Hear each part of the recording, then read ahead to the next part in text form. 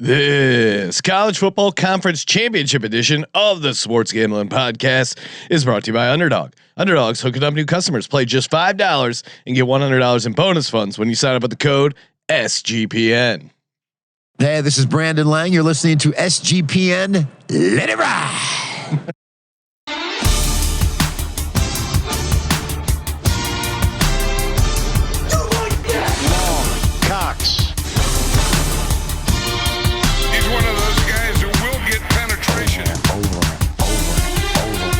It's a baby fucking wheel, man.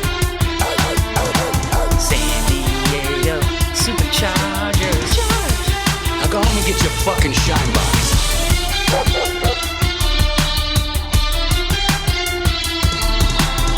Ooh, welcome everyone to the Sports Gambling Podcast. I'm Sean, stacking the money grain with my partner in picks, Ryan, Real Money Kramer. What's happening, Cram? Dog. Hut hike.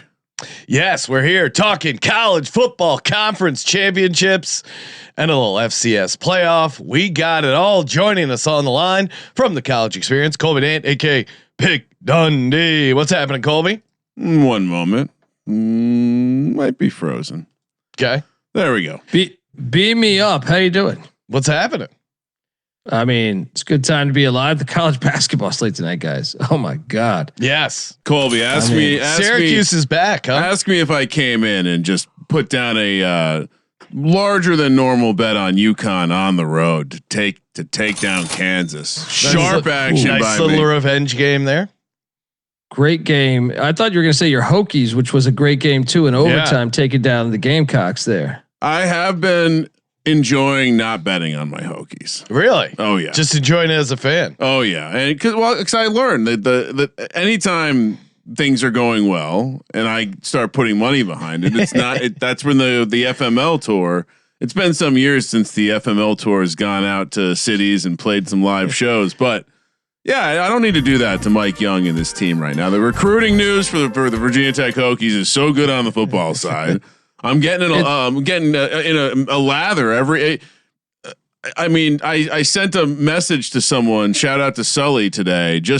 I had touted that we were going to get a guy named Fat Rat 2 days ago. Yeah. Today we got the guy named Fat Rat. Fat Rat gonna get the cheese. T-Ron also signed a 3-star defensive lineman. I mean, Penn State is in shambles, Sean.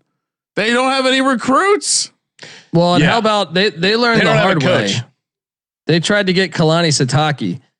I don't know if you guys saw this, but and then the crumble cake money came pouring in. I love it. There's like college football is great for this stuff. You know, supposedly he was driving to the meeting where he's going to tell everyone he's leaving, and then they bring in the cookie money. They pull him over to get him out of the bag. It's like hey, old we school. got your cash here. They right? show up with the van. Yeah, I just imagine Satake, and then they just grab. The reports were crazy. They got to him before he got to the scheduled meeting where he was going to tell his team he was leaving. Like what?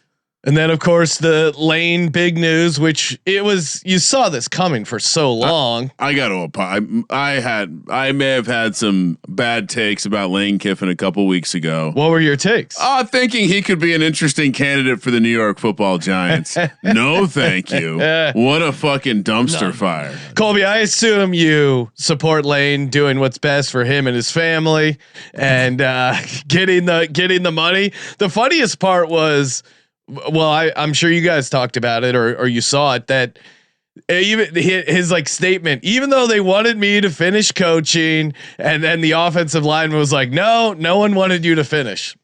The players were pissed that he tried to take all the coaches. Yeah. The players were pissed that he tried to sabotage the end of their season. They're a very interesting chip on their shoulder guy. Charlie Weiss Jr. got on the plane, got heckled, and then got a return flight because he's back calling the plays. Here's the question. It's crazy. Joe Judge going to be a prominent assistant in the program going forward. So shot all rise. Colby, here's the question I have. Now, reasonably, how many years does Lane Kiffin have for success before he gets fired? I'd say 3 to 4 because it's a crazy place to expect. Does he does he reach the 6th seed in the college football playoff in the next 4 years at LSU? They're talking about expanding. So I mean, the 6th seed. I'm saying, think so. does he reach the same heights? I'm going to say no. That he's walking away from. I mean, I get it. It's a big bag. It's hard to ever tell someone they should walk away from a big bag. Come on, man. And especially Lane Kiffin. Like, when the fuck has he given a shit when anyone else thinks about him? He's had some hilarious moments, and he's a hoe. He got called a hoe. He didn't like it, but then he turned back into a hoe. Use a hoe. Remember that song? Bend over and spread my cheeks for a bag. Yeah, let's do it. And I don't know as a coach how all season I'm sure you're preaching togetherness, sacrifice, putting it all on the line, cohesiveness, esprit de corps, and then when you have a chance, all right, see you guys later. So he's the opposite of James Franklin. Just an all American guy building a program. Yeah, well, I just think this is the most obvious dumpster fire that's going to fail. And I can't wait for it's already starting to leak out a little bit, but the LSU football bankrupts the state of Louisiana stories in about 4 years they're not going to be able to fire him. They might be stuck with him. I read a thing that they still owe Les Miles a bunch of payments. Well, someone pointed out they're like 45th in reading in the country. They don't spend their money in the right places. Now, as football guys, we're okay with that. If you want, that is the right place. You want to fuck off on regular school and just focus on football. That's fine. Yeah, but also too, this is kind of on the people and what he did is shitty, especially to your team. It's one thing if you're playing a meaningless bowl game, but to walk out on a chance to win a national championship, I mean, it would be a great story if the kids are just like, hey, fuck you, we're gonna win the whole damn thing anyway. That would be a fun story. As someone who has a Texas Tech future, I would not want that story, but they're 25-1 to win it all. And you look at the path and you look at the teams in the playoff. It's not crazy that they could go on a run. Now we'll see how they respond here with no head coach, but Colby, where are you at? I thought it was completely cheap. I mean, the guy's, he only cares about himself. To me, like people said, "Oh, well, this is a once in a lifetime opportunity." What are you talking about? Next year, he could get the Florida State job. He could get his dad coached at NC State. He could get the NC State job. He could get the Nebraska job. He could get the Penn. Yeah. There's a million jobs that are going to open over the next couple of years. This is one where you should have swallowed it and said, "Hey, even if you won it out of Mississippi, he had an opportunity 2 years ago. Almost did it, right?" You've had your fucking chances. It will come back around. You're still, if you went to the playoffs, you still would have been a very hot name the next year, even if you went 7-5. So I thought it was completely cheap. It shows his character, and to me, it's disgusting. I think it's a real problem in college football. I think it's something that I would say the sport is really in a dangerous spot. It's stupid to have a playoff system where you have North Texas and Tulane playing, where you have two coaches that are not even at their universities. Yeah, it's insane. It's really terrible for the sport. It shows, and those are your guys that are supposed to be in charge of, teaching kids what to do. It's like, ridiculous. Can we come together and say, after the season's over, that's when you can sign recruits. That's when you can sign head coaches. That's the transfer portal. Just as soon as the day after the national championship, you get 2 months, all your transfer portals, all your signings, head coaches included, and make it easier. Why do we have this staggered system? It makes no sense. Because of the transfer portal. Because of signing day. Come at the Big Ten, though. No. Come at the Big Ten. I mean, look, the semester is always going to be a problem, right? The semester until they're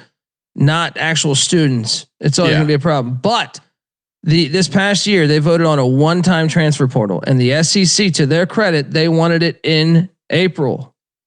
The Big Ten fought for it, and I think some of the other conferences to be in January at this time. So because of that, you are seeing, I think they would have let that, like all these coaches, JMU's coach just left too. So that's another one, another one that could get to the playoffs. So that is probably why they want them to start right away, is saying, we need to attack this portal right away. We got guys leaving. We got to get our roster together. If you push this shit to April, Yes, signing day would still be a thing, but signing day is not as relevant as it was years ago. So I think this is all like it's all terrible for the sport. I mean, it really is like it's really And just you would such a think bummer. if the TV networks control things, wouldn't they want a better product? Like it seems like a very easy solution. Like go figure it out. Also, it does seem like Chesney's going to coach JMU if they make it. Still, I look and I believe like his heart's in the right place. I heard him speak, and I do believe his heart's in the right place. Unlike Lane, but I also think like even though you're saying that, you have to be dialed into who are we signing at UCLA? What have you talked to this kid? This kid here from he's in the portal. Check out his tape. So even with your best interest, I still think you can't be going 100% on your game plans and everything else. You can't be locked in. It's just impossible. Yeah. It's terrible. North Texas hasn't had a football season this good since like the 60s, right? It's hard to imagine Jimmy Larinaga. Imagine Jimmy Larinaga, George Mason, right before the tournament, before that run, saying, "Guys, Miami's calling. I'll be there, but I'll come back every game. I'll fly back." And it's going to keep happening because these teams that go on a run, whether it's JMU, North Texas, who have a shot to sneak into the playoffs and have a magical season, and makes it interesting about the college football playoff expanding the field, those are the first type of coaches that are going to be snatched up, and those are the coaches at least you can be somewhat sympathetic for because 100%. They might not have that chance again. Lane is the least sympathetic of the bunch. They're all cashing in, but for the group of 5 coach, you're leveling up your situation. And I don't think again, anyone in a competitive field would 100% take that challenge. So it's just, again, there wouldn't be the rush for it without that portal. No, I agree with you. Like why they have this thing that creates unnecessary chaos that causes coaches to leave good teams who are going to be playing in the playoff. It causes players to opt out, and transfer even if their team makes the playoff. That just seems like if you're the TV executives and you know nothing about football, you don't want to cast this show, and then have half of your hot actors say they're not going to act in the show. I'm translating for the TV executives. They act in the show, and that's all this is. It's the dumbest shit ever. And it speaks to the character too, man, of like what's going on. Oregon State went to hire Montana State's Brent Vegan, right? He was going to be their next head coach, but Vegan said, "We're in the FCS playoffs. I'm not leaving my team behind. So you guys got to wait." And they told him to kick rocks. But my respect, that's a dude right there. Like that's to me, you ask your players for your commitment, and you should return the favor. So he didn't get a Pac-12 job at Oregon State because he said, "I'm staying it through. If you want me, I'm available after the year." Right? Whereas you see the Lane Kiffin situation go into a rival and just betraying his whole team. And you know, it's just nasty for the sports. It's a terrible look for college football and college athletics. Yeah. Yeah, 100%. That's why the NFL is better, right? The thing is, free agency is a fixed period in the off season. I mean, again, seems like a very obvious solution. Transfer portal, NIL, all that. Colby just moved his. No, so it's easy, right? You have the time when on zone. Yeah, you have the time when football's played, and you have the time when football's not played. Yes, everything pauses when football's being played. It's very simple. Head coaches, players cannot transfer, cannot leave teams until the final whistle blows in the national championship. After that 2-month window, do whatever you fucking want. And then everyone's on the same level ground. Hey, if you want to do some back dealing, tamper behind the scenes, sure, that's always going to go on. Well, but at least like officially, hey, I know I'm not going to miss out on a head coaching job by coaching my team until the end of the season. What am I missing? It sounds so dumb. Well, the problem would be is if you went to do that. Yeah. One of the conferences would not agree. And that would be their edge. That would be their competitive edge. Yeah. Right? Is one of the conferences would not agree, and then we get the coaches earlier. So, and then if you did it to a certain school would sue the state. Tell them this. Hey, you do that, you're not eligible for the college football playoff. If you want to be a part of the college football playoff, these are the rules you have to opt into. Seems I would like say only this too. expansion. The more teams in, the less it's going to happen. Hopefully, yeah. No, it's just stupid because there's so much turnover in the sport already. Anything they could do to at least give it some structure. I think that we're seeing like a spike in turnover because like everything's changing so rapidly. I think you can't continue to you can't do the Florida State. You can't do the LA. Eventually you're going to run out of money. And some of these schools are already leveraging themselves to like compete now because everyone sees it as this is like a fresh map, and this is when we need to make sure we're on the right side of history here, or we get left behind. And I think some schools are going to put themselves in a real bad situation if we look out 3 to 10 years. And like Colby's been talking about, some of those teams will be major conference SEC teams or whoever. That even though they're getting all this extra money, they spent it so poorly that they're fucked. Well, what's crazy is like I don't even know how good LSU has been so much of a better job than Ole Miss historically. Same with Florida because he almost left for Florida, but I don't know that it's that much better of a gig now. And I think you have a shorter lifespan there. So it's like maybe he truly hated living in Mississippi. Maybe I don't know, but like. They were going to build you a statue, man. And you chose, a job where you could be unemployed in 3 years. It's almost probable. It's almost probable. Yeah, 100% got fired. He won the Natty. Yeah, right. I would bet a lot of money if you're saying minus 110.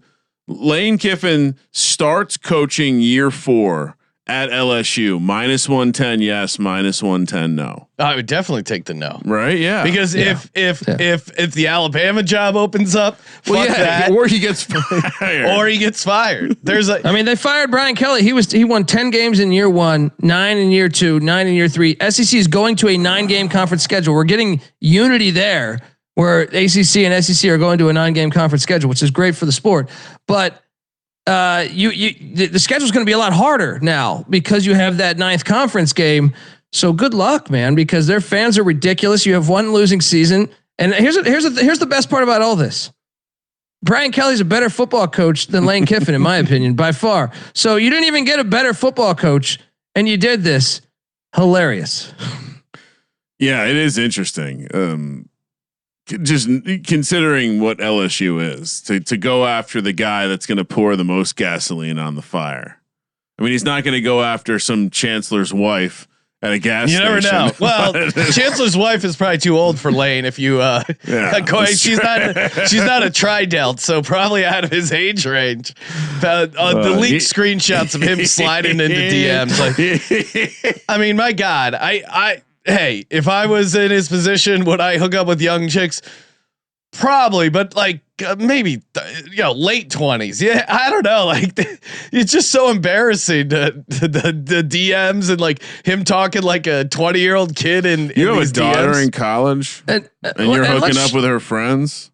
Let's shit on him a little more. He's one of those guys who will get penetration. Let's shit on him a little bit more because he could have just got out in front of it and said, "Hey, I'll answer the questions." And because at the time he was a target of many schools, I'll answer questions after this run.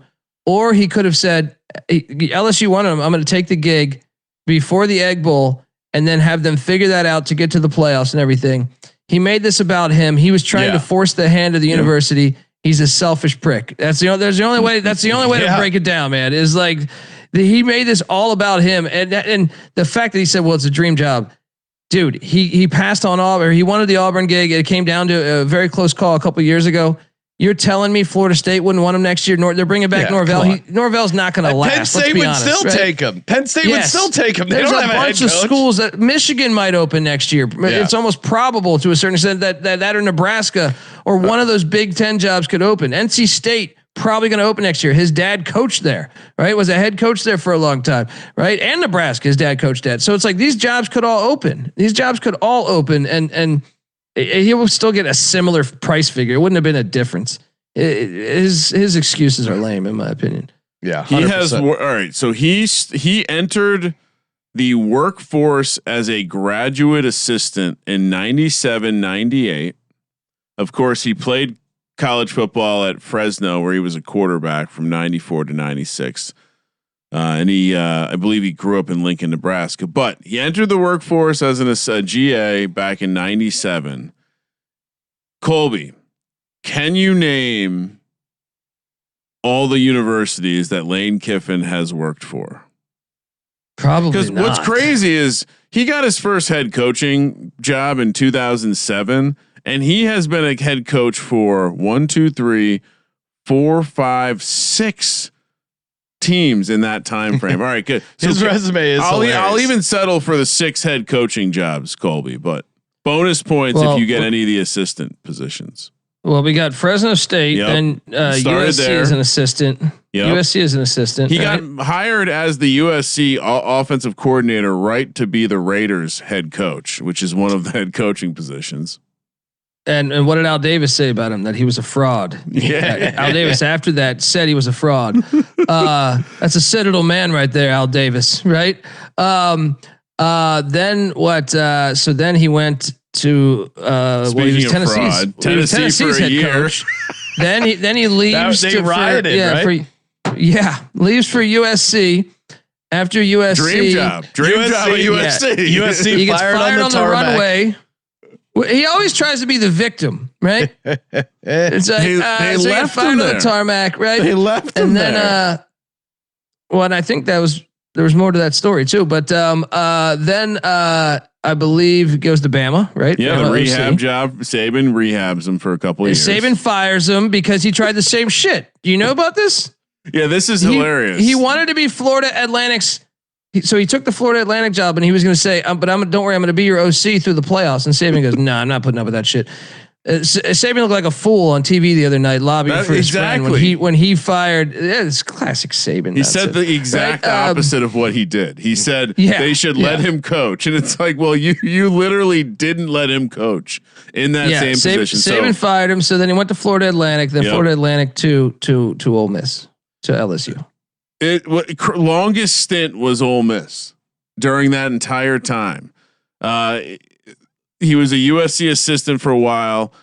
He coached on the Jags for one season as a quality control defensive quality control, and then Colorado State was another GA stint. I forgot about the Colorado it's just State. wild to have that many coaching jobs, but that many from 2007 to 2026, 6 head coaching jobs across the NFL and college football. All major, Florida Atlantic aside, basically all major conference.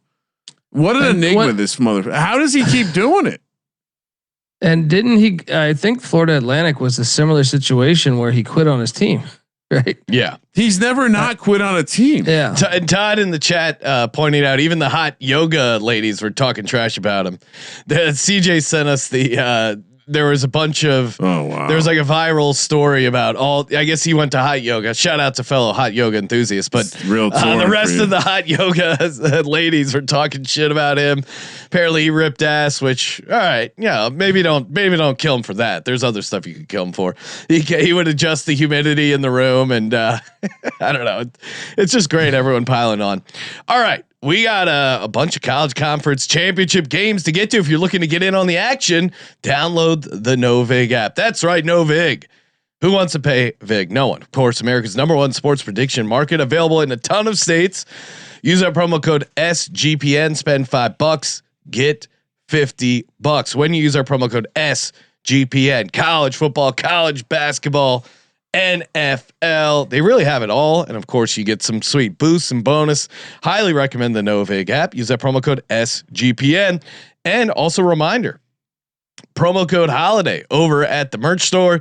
Saw Colby rocking the DJ University hat. I'm rocking the camo SGP hat. Tomorrow on the NFL Pick Show. Yes, Ryan will be breaking out one of our holiday sweatshirts. I will be, yes. Again, a lot of fun stuff there. 25% off everything. The sale ends this week, so get in while you can. Promo code holiday, 25% off. All right. Now, we were belly aching there for a while. Do we want to comment on the college football playoff? I mean, it's an invitational still. You know what I mean? Like, I thought it was hilarious. So get this from last week. This is good humor. Alabama. So hops Notre Dame, which they had to do because they were, which it's just, they had to do it because if Alabama loses, they would not make the playoffs. Right. So, cause Notre Dame doesn't play a game, but so Alabama beats Auburn by 7, a 5-7 team on the road. No, and that should have covered too. 100%. And Notre Dame won at Stanford. So they're basically saying that's a much harder win, which, okay, sure. Right. But what's great about this is Vanderbilt wins at Tennessee. It's a ranked team on the road, 8-win team by 3 touchdowns. No, you don't move any spots, right? No. Guess what? Then Utah, it's won like 5 straight in a row, whatever the fuck it is. They win by double digits. See, they keep going backwards. Yeah. What do you mean? What do you mean? They're winning these games, right? No, you keep going backwards, right? Miami still has a direct head-to-head win. And guess what? What did Miami do? They beat Pitt by more than what Notre Dame did. Guess what? You're behind Notre Dame. I mean, it's just a fucking. That's why you need a bigger playoff. One. Yeah, we want to. You can't see the corruption. We want to see Pavia in the playoff. Even Texas kind of would be interesting. Well, this is a perfect year for this to happen because there is. It does seem like there are a ton of teams that, if in, would have a chance, and yeah, I mean, maybe enough power conference teams will feel slighted. You know, this is where it's going to be helpful to have the Texases of the world to miss too, where then we can have they'll schedule easier. Okay. Well, that's going to happen regardless. Yes. But I love the schedule easier. Like Alabama canceled a game with South Florida and Herb Street says this is going to happen throughout the sport. Right. Okay.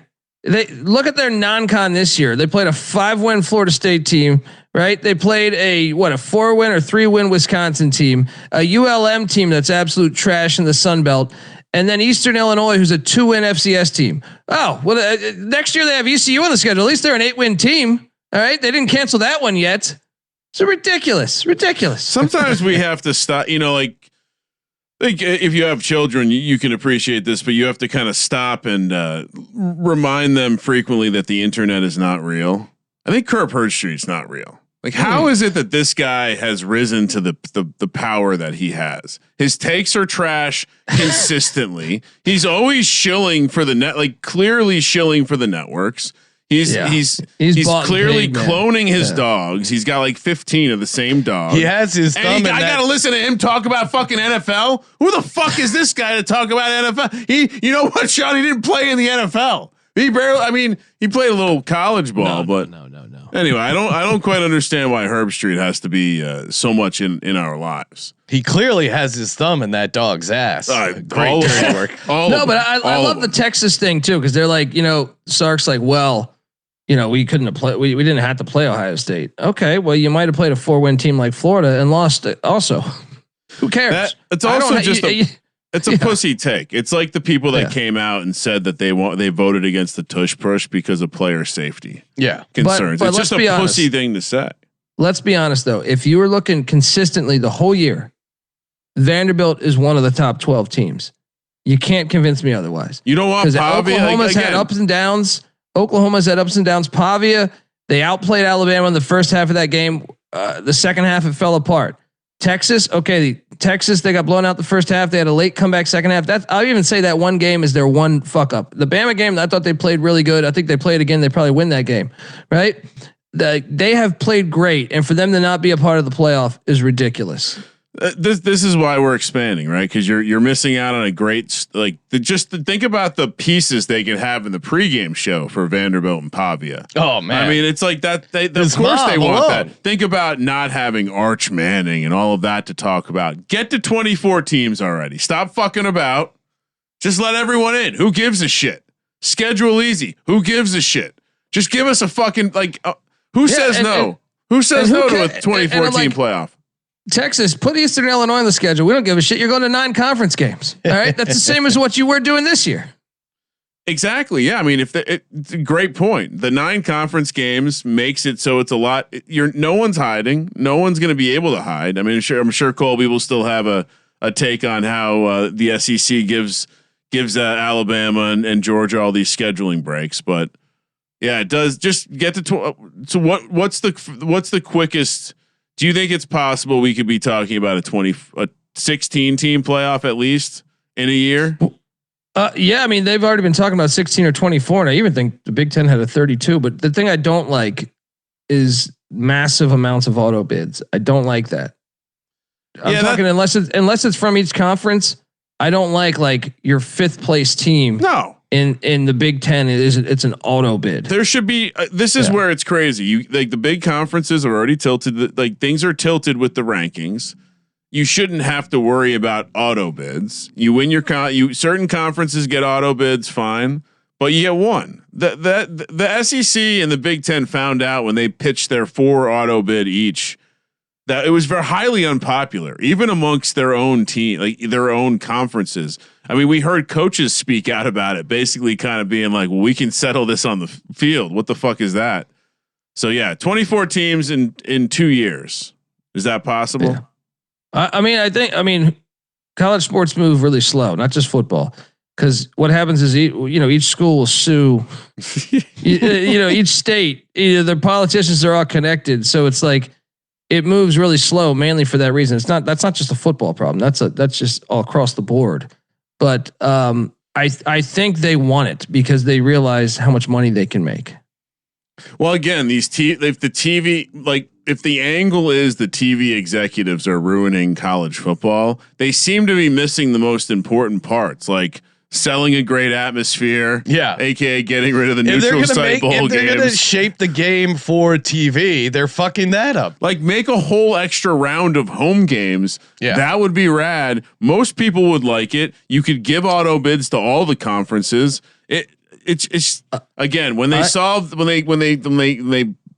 in all glory to the great originators of the playoff, the College Football Board, who went out, they researched long and hard, and they figured out that a 4-team playoff was the way to go. We were told it could never work. Well, I was saying this, and I know we got to get to the games, but look, like take Texas Tech for example. Right now, you see it on the graphic right there. They're the 4 seed. I know Cody Campbell's a billionaire and a billionaire and a billionaire, and then he's still owns some companies that are worth billions, and he's sold some for billions. He's just got so much money; they're going to be there forever. But hear me out on this. I remember reading an article that said South Bend made like $100 million that weekend for hosting the game, not Notre Dame, the local community, the hotels, which all kick back, I'm sure, to their NIL, right? Yeah. If you're Texas Tech, you have a bye week right now at the 4 spot. Do you purposely lay down against BYU knowing that you can host a game? You can host a game in Lubbock, and all your local businesses will make $1 trillion, where then that will go. Some of that's going to end up in your NIL. Well, also they want that again. Depending on how they lose, they might still be in the top 4, right? I would say this. I think this again. We said that when this happened, enough major teams were going to be like, what the fuck is this? Like, is the bye really worth it? Well, yeah, give them the bye and the home game. Why are we letting the bowls get money? Again, what the fuck does the bowls have to do with any of this? Why are they entitled to a piece? Why do we still have to deal with the Rose Bowl fucking in a third quarter fucking sunset? Why would anyone do that? You want to? I mean, I'll say this is the last thing I'll say, and then we can get to the games. But if you live in the Pasadena area, which our studio here, not too far from there are these strange Rose Bowl vehicles with like special exempt license plates. What kind of secret society is this, Colby? Because they got the college football world by the balls with these fucking bowl games. I'm just saying, Texas Tech. Maybe you consider laying down. You let BYU win. Guess what? You get your conference rep. They get a second team in, which you get a percentage of. The whole conference does. You also knock out Notre Dame, who could be a threat to you, right? At some point, someone's going to have this thought of saying it means more for us long term. But let's say they lose, it's a close game. Are they definitely knocked out of the top 4? You think? Well, it depends how everything else shakes out, but I think probably they're knocked out of the top 4. They're probably who hosting. Jumps them. That's what I'm saying. They'll probably be hosting. But who jumps them? A&M, but probably not playing. Yeah, that's I the would other think thing so. that's weird. That's what's tricky about it. I think at the end of the day, they just have to realize that giving teams that are playing in the conference championship weekend a bye isn't a massive advantage because all the other teams that were too shitty to make their conference championship game already get a bye that weekend. It feels how about really BYU dumb. though? How about what they said last year too? We're not going to penalize you for making the championship game. And then they did. Well, BYU's 11-1. So basically you're saying a 12-team playoff isn't good enough for a 11-1 power conference team. It's ridiculous. What's the point of the whole fucking season?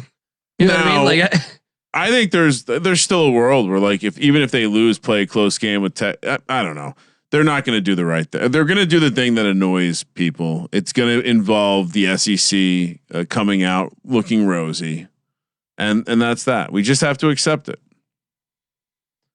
All right. Jacksonville State. Oh, here we go. Sean's tired with talking about football. No, I want to actually talk about these games. Talking about football. Well, Colby has like 12 all these FCS playoff games. I did tune into the TCE show earlier, and they were talking about some weird NIAI Wisconsin lacrosse, which apparently has a football team below Division III. Lindsey Wilson. No one cares about that, Colby. Trust me. I was just gonna. Well, no, I mean, let me see if I can help you guys out some. What do you mean help us out? Well, I was just curious. Let me see. Let me just get. Who do you guys got in the? We got. Not only do we have all these playoffs happening at many different levels. Which I highly recommend, watching. We had like 30 snow games last week was incredible. It was pretty cool. They can't afford domes at the lower levels, Sean. Not yet. We got to get a dome NIL going. But let me see right here if I can show you. While you pull that up, Colby, I don't know if you've seen it, but the mock of the new retractable roof dome in Las Vegas for the athletics looks pretty amazing. You should check that out. I've already seen that. It looks amazing. Yeah, it looks great. Looks like a spaceship. The roof just lifts up off the ground. Who do you guys got this weekend? The Candy Bowl is going on in Hobart. No, what's this? Who do you guys got in the Upper Iowa Hillsdale game? It's going to be lit in Hobart. That's what I'm saying. You get some gummy bears, catch a little football. Let's go. The Candy Bowl does seem Iowa. like the kind of place where you have a bunch of registered sex offenders. Oh yeah, come on. All right, let's talk about the games. And again, Colby breaks down all of them. I guess if you play intramurals, send over your league schedule. Colby will break it down.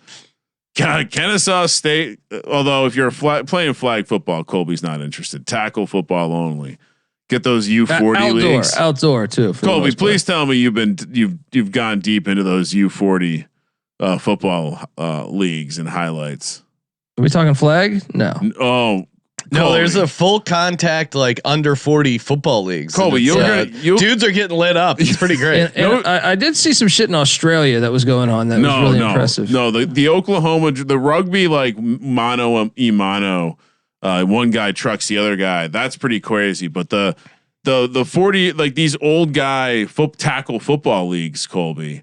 I mean, it's like any game you're finding at least 3 to 5 no CTE here type hits. Dudes aren't going to work on Monday. It's good to see that there's still hope out there, man. There's still hope. We need to get Patty C out to one of these fields. Show everyone he still has it. All right. We're talking championship games only. Some games you're going to be like, wow, love these teams. Some you're going to wonder, who the fuck is that? Jacksonville, Alabama, first game, 4 p.m. on Friday. Kennesaw State, Jacksonville State, Kennesaw State -2.5 here on the road. Higher seed hosts -140 on the money line. Jacksonville State +120. 60 is the total. Colby, these teams just played back on November 15th. Same stadium and everything. So Kennesaw threw 4 picks. Charles Kelly. This is a great story. You got 2 first-year coaches. Charles Kelly, first year at Jacksonville State. They had the 1 seed. They're hosting this thing. Kennesaw State's Jerry Mack, who is rumored to potentially be the next coach at Memphis, by the way, because he's from Memphis. But great story here. But what's crazy is Kennesaw was favored by 3.5 in the first matchup. They lost by 9 through 4 picks. They're still favored in the second matchup. Same location. 18 days apart. I think they're telling you what to do. Give me Kennesaw State because I think they're going to be focused. Hard to beat a team twice. Usually it's hard to beat a team 3 times. No. I'm going Jacksonville State here. I'll use that counter.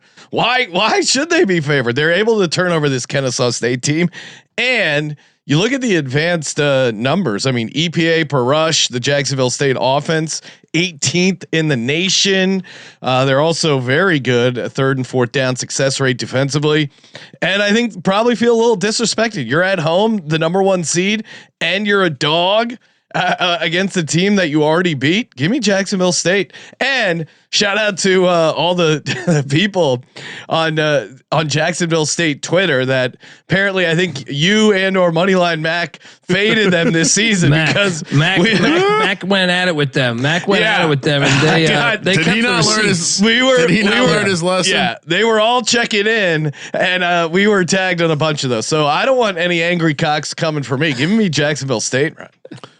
Do you want to guess on what the weather will be in southern Alabama? 36 degrees. Let's talk about how great this is for the on-campus games going on this weekend. They're calling for rain, I believe, heavy rain. Yeah, right? It's going to be in the mid 40s and raining, Sean. Football's alive. Football weather. Football's alive. Let's go. It could drop into the 30s by the end of this game and be raining. It's going to be a mess. I like your angle. No angry cocks. Give me the Jacksonville State Gamecocks. Troy, James Madison, as we discussed earlier, JMU's coach, off to sunny Southern California, but it does sound like he will coach. Which again, I don't know if that's a positive or a negative. I guess. Well, JMU still has an outside shot at the playoff, right? They need Duke to win, and then what else, Colby? Well, here's the problem. I mean, first off, the playoff did have JMU at number 25, first time ever ranked, and that looks like these fucking the playoff has given them their fans hope. Even Patty C texted me saying, "Look, they're ahead. Duke's not even ranked." What I think they'll do, because I know the corruption in the sport, is if Duke wins, they will hop to Virginia's like number 17 or something. They will say that win propels them past JMU, of course, because they're a power school, and Duke also. I think they're actually a pretty good team. I think the narrative is a little fucked up on their season this year, but. Yeah, there's still hope, but we'll see. Now, if they win like they have been winning, where they beat Coastal Carolina, a bowl team, by 48, right, or App State by like 50 or 46, whatever it was, you still have a chance. They're calling for snow. I thought though, right? I was looking at this earlier. I was a guest on a show earlier where they were talking about how it's going to be cold as fuck and sleet, snow mix. Which these boys from Alabama, wintry mix. Yeah, I mean, you would think JMU would just put it on Troy. Huge favorites for a reason. Although Troy's defense isn't that bad. I mean, JMU has won 4 of its last 5 Sun Belt games by 30 points. This is tough. The spread is huge. Part of me wants to take Troy, but then the other part is like, why go against JMU at home? JMU's laying 23, the big spread you mentioned. Minus 2,800 on the money line. Troy plus 1,350. 48's the total. Another 4 p.m. kick on Friday. We'll have some action out in beautiful Vegas, Sean. The weather report that you guys were referencing, it seems like it's expected to be right around freezing at kickoff and pretty much a 50% chance of snow. So, as Colby was talking about, could get a nice looking one here.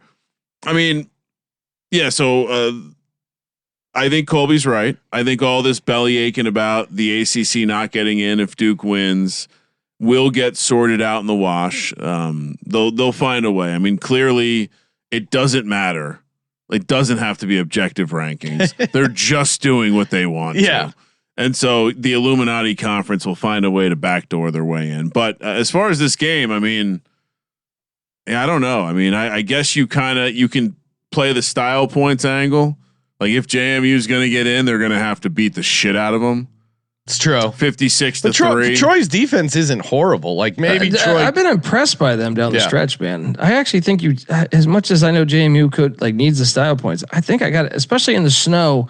It's gonna limit your explosive plays. Probably. I'll take Troy to stay within that number because this is a team that played Clemson incredibly well. I think they're a solid football team. So I'll take the points. Yeah, I'm with Colby. Troy catching 23 points. Like the advanced stuff. They're basically top 50 in most defensive EPA. I think that's enough to make this somewhat of a game. Again, 23 points, way too big. I get the style points, but I'm laying it. But is the committee gonna? Oh, you won by 30 against Troy. I think that's their best chance to sneak in. True. It's their only chance, and so I think they know that, and I think the coach is probably doing one of those like we got nothing to lose. Let's, what was the Varsity Blues speech? 48 minutes for the next 48 years of your life. Maybe he gives one of those and they go out on. Yeah, I'm laying it. Money splits if you care. 38% of the tickets on Troy. So sharps. Let's go. Give me Troy. All right. I once played a golf course in Mexico that was used in the movie Troy as one of the sets there. Pretty great nugget, interesting nugget that no one will care about. UNLV, Boise State. Again, they play this one up on the Smurf turf because Boise State's the better team. 5 p.m. On Friday. Man, I really want a dog to bet on. But it's not going to be here. Boise State's laying -4, -180 on the money line. UNLV +155. 59 is the total. They already played this game this year.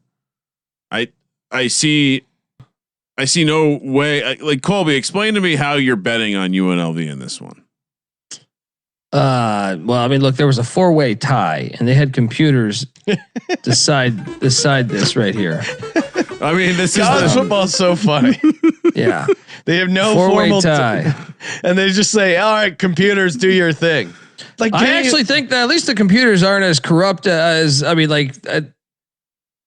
almost prefer the computers as opposed to the humans getting involved. But yeah, I mean, this is and I kind of think San Diego State deserved to be in the game. Oh yeah, almost like Vanderbilt.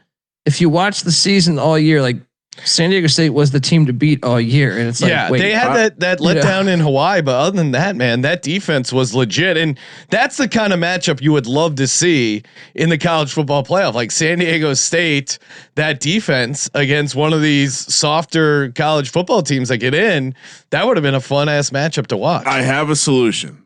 Each conference needs just a committee. And the committee picks who plays in the championship game. No. And then you can make sure that the right teams play in the championship game. And then nothing matters in the regular season. It's also going to be cold. They're calling for snow here. Expected to be in the 30s. Give me the running Rebels. Revenge is a dish best served in cold. The snow in Boise. I don't think you want that. I don't think you want that, buddy. I don't think you want that either. First off, Boise's been trashed the past couple of games. Their quarterback Madison was out. He's going to play. Boise's only lost like 17 times on that Smurf turf in like 30 years. And this is another reason why, by the way, all these group of fives and really all the conferences now that there's so many, they should play at home. This exact game was the championship game the past 2 years. They stormed the field last year. It was a great scene. Fox was talking about it forever, saying, "Oh, how great it was." That's why you should play these games at home. And I fully expect Boise to show up again and win another Mountain West championship. They had almost 600 yards of offense against UNLV's defense in the first matchup back in October. And they ran for 300. UNLV, you can't just fix that overnight. Boise's going to run through them. Rebels. Yeah, I mean, come on. They will get up for this game. this is the perfect team to upset and win the Mountain West. This is also the best way to give a benefit to the regular season winner of your conference. You get to host the conference championship game. The MAC has it so backwards. The MAC's like, hey, we play all of our games on Tuesday nights in blizzards. And guess what? When we get to the championship game, you get to go to beautiful Detroit in front of 12 people at Ford Field. I mean, but you could say the Big Ten's the same thing, right? A bunch of outdoor, and then they play it in a dome in Indy. It just doesn't make sense. The Big Ten one is like the games become useless. Like this year's game, both teams are in with the bye no matter what. So why even play? We'll get to the game, but that one, there's a reason why tickets were $6 last year. I think we're gonna say the most logical outcome is that the championship games are killed eventually. Maybe the 24. Maybe that comes with going to 24 teams, because then the championship game becomes basically irrelevant in all, except for the mid majors where they want their auto bid. All right. But maybe you just go to a regular season champ. You're probably getting a better team there anyway. North Texas heads to Tulane. Oh, really? I see Oklahoma State against Florida. Wait, what is Colby making a joke? North Texas's head coach is the current Oklahoma State head coach, and Tulane is the current Florida head coach. Both coaches North are Texas opting out. -2.5, -135 on the money line. Tulane +115. 66 is the total. Which coach is more likely to get to fail at their next job? I'm not in love with either really. Like Summerall, Florida's expectations are crazy. Mullen went to the SEC championship and was fired 8 games later. He's a better coach though, right? I mean, he's been at 2 places like Troy and Tulane. Throw resource, they're well put together. They want to win at football. That's why, do I think he's a good coach? I do, but I also think he's kind of had a nice runway. We'll see how it is out at Florida when you're going up against, because everyone else is on the same level. Tulane spends the second most in the AAC, so you had a nice little. And Troy has been a powerhouse. Go back to the 80s and 90s. They've always taken football incredibly serious. It's been coach proof to a certain extent, as you saw. They're in the Sun Belt Championship yet again. Texas State's been asked for a long time. Eric Morris was on the hot seat entering this season, and he did one of the smartest things where he brought in Sam Houston State's defense. He hired their DC and brought in 9 of their 11 starters from a year ago, and that has been the difference, because his offense could always cook, but it is hilarious because he was on the hot seat coming into the year, and now he's Oklahoma State's head coach. So you have a bigger sample size of Summerall being good, even though they're at good schools, than you do Morris. But I kind of think Florida's expectations are crazy. So I would say I would trust Morris at Oklahoma State a little bit more. Following Gundy though, the guy after the guy never works. Gundy kind of was the guy. North Texas -2.5, -135 on the money line. I might have already said this. Tulane +115. 66 is the total. Another 5 p.m. kick on Friday, Sean. So maybe we'll have to work some parlays into the situation. Oh yeah. Yeah. I mean, Colby, it is, to me, it feels like the mean green is the play here. North Texas, this offense is just insane. And I don't know if I trust Retzlaff here in a big spot. What are you doing? Oh man. I mean, this is one where you're searching which team will be more motivated. My thing that I just can't get past is I think even with North Texas going out and getting Sam Houston State's DC and he's made them a lot better, they're still not a great run defense. They're 129th. They're a great pass defense, 11th. Retzlaff runs the shit out of the ball at the quarterback spot. I think Tulane with the home crowd behind them, because even though they're going to take this, that's the best part about all this is yes, it's ridiculous that these schools are having the best year in their existence probably. And they should be super excited. The fans still will be. Doesn't matter who the fuck trots out there. This place will be lit because they want to go to the college football playoffs, right? Give me Tulane at home. Yeah. Really? You're not worried about North Texas's offense, Colby? I mean, it's a great offense, but I like Summerall's a defensive guy. I'm sure he'll have a game plan. I mean, it's hard to know which team will be more motivated when both coaches are gone. Another thing is I think North Texas GM is following the coach to Oklahoma State, but I just think Tulane's a better football team. Like overall, they've proven that they're better this year. North Texas, one of the reasons why on our show back in July when we previewed them is they had a very favorable schedule. Like the schedule was what we circled as in like they could make a run to the AAC championship because the schedule was nice. They missed a lot of the best teams in the conference, where Tulane, I feel like, is more battle tested. Yeah, I think the distraction element is obviously real. You have like the recruiting stuff going on, but at the same time, but that's for both teams. Oh, I know. I'm just saying, like at the same time, one of these teams is playing at home and has a chance to. All right, give me Tulane as a home dog. Yeah, don't overthink it. Also, the betting splits would indicate this might be a little bit of a pros versus Joes game. Really, the Joes are loving North Texas. A lot of bets, not as much handle on North Texas. So something to note. Not everyone likes the bet splits. I personally love them. Miami of Ohio. So we're all on Tulane plus 2.5. Miami of Ohio. Heading to beautiful Detroit, as Colby just laid out, for the MAC championship against my favorite directional Michigan school, Western Michigan, where they'll be laying 1.5 minus 128 on the money line. I'm guessing I did not write down the correct money line going the other way. We'll call it plus 100 for Miami of Ohio. 43.5 is the total.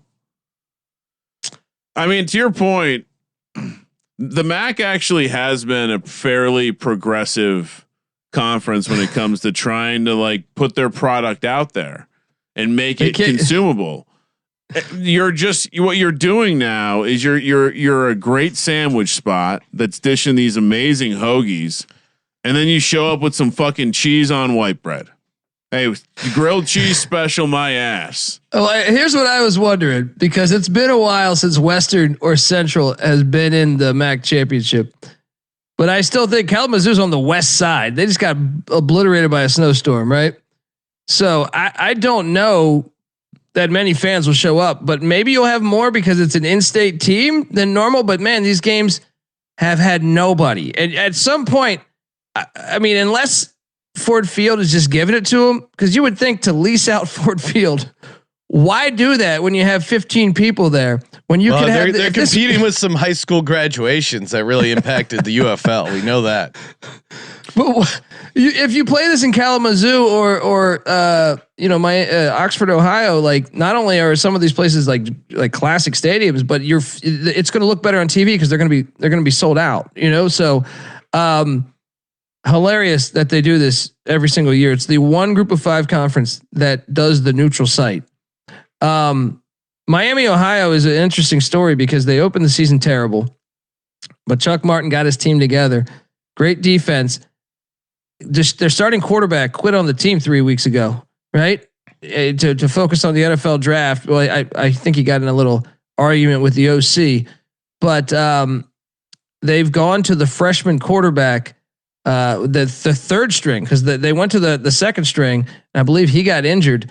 The third string, and I got to pull up his name again. It's such a Midwest name. Thomas Gutowski. He is Gutowski Auto. The Gutowski Auto Parts, dude. The stats aren't sexy, but the guy's winning games. He's winning games. He won at Buffalo, so it's a kind of a great story that Miami, Ohio, and Chuck Martin have been able to get there. With all the shit that's happened to them this year, but Western and Lance Taylor seem to be, and they lost to Miami, Ohio earlier this year. So I kind of think Western's the play just as the revenge factor. Also, Miami, Ohio seems to be just, third. You're asking a lot for the third string quarterback freshman to playing in Ford Field where Jake Bates, UFL legend, once kicked. That's pretty intimidating knowing you're going into Ford Field. I can tell you that the UFL was paying about somewhere between $200,000 and $250,000 a game to rent Ford Field. So if the MAC for a Ponzi if the scheme. MAC is doing that, maybe save the money and just have someone host it. I'll go Western Michigan again. Of course, freshman quarterback. I'm with Colby. That's gonna hit the wall. Well, also, I feel naked not wearing my Western Michigan T-shirt right now. Yeah, what happened, Ryan? Shout out to my Broncos. Great season as I think I'm wearing a Hokies shirt because the recruiting has just been so much fun to follow. I don't even care about regular football. It's just about recruiting. Sounds fun. I just have. Are you donating again? Are you donating again? Is that why these recruits are coming in? We had some I was of course. Did you involved. really go to the desert for Thanksgiving? I was involved in some, me and Bruce and Bud, we were, chopping it up over the coaching search. And I said I would release some BTC if certain things happened. And, it is crazy that the Virginia Tech was just like, you know what? We're going to shake out the tree back. All right, here's $350 million for the next 6 years. What? You had this the whole time. Fuck breaking case of emergency. No, this Babcock guy is a real problem. 9 a.m. now on Saturday. Well, that last game was also they played at noon on Saturday. I mean, come on. Another noon on Saturday game. This one's down in Arlington at Jerry's World, I assume. BYU, Texas Tech laying 12.5, minus 500 on the money line. BYU plus 395. 49.5 is the total. Conspiracy angles aside, Texas Tech has been a wagon this year. 11-1 ATS, and of course I bet against them the one time they didn't cover. You bet on them. I bet on them. Yeah, sorry. I had I thought they'd destroy Arizona State. This is an interesting game because Texas Tech kind of needs it, but not really. Obviously, BYU really needs it. But then if a team like BYU, that's what they're 12-0, and they're getting 12.5 points. You want to talk about the line telling you something? This Texas Tech team is an ass whooper, and you got the Kalani Satake cookie disaster. I feel like that whole thing had to have been a distraction. Right. So I don't know. It depends how you shake it because did you see that they said they're going to give him $10 to $15 million above or $10 to $15 million above the rev sharing every single year. That was part of the deal.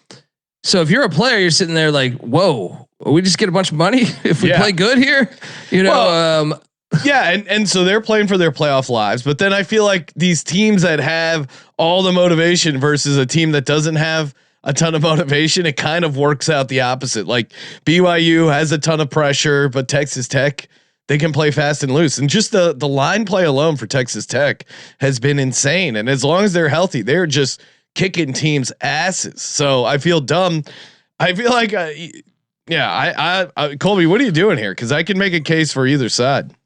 Well, here's what's interesting, man, is if you go back to the BYU game when they played in Lubbock, Texas Tech whooped their ass, right? Yeah. Like anyone that watched that game, it whooped their ass. But when you really dive into it, like I was pulling up the box score earlier, and I mean, if BYU didn't turn the ball over so much, I think it would have been it.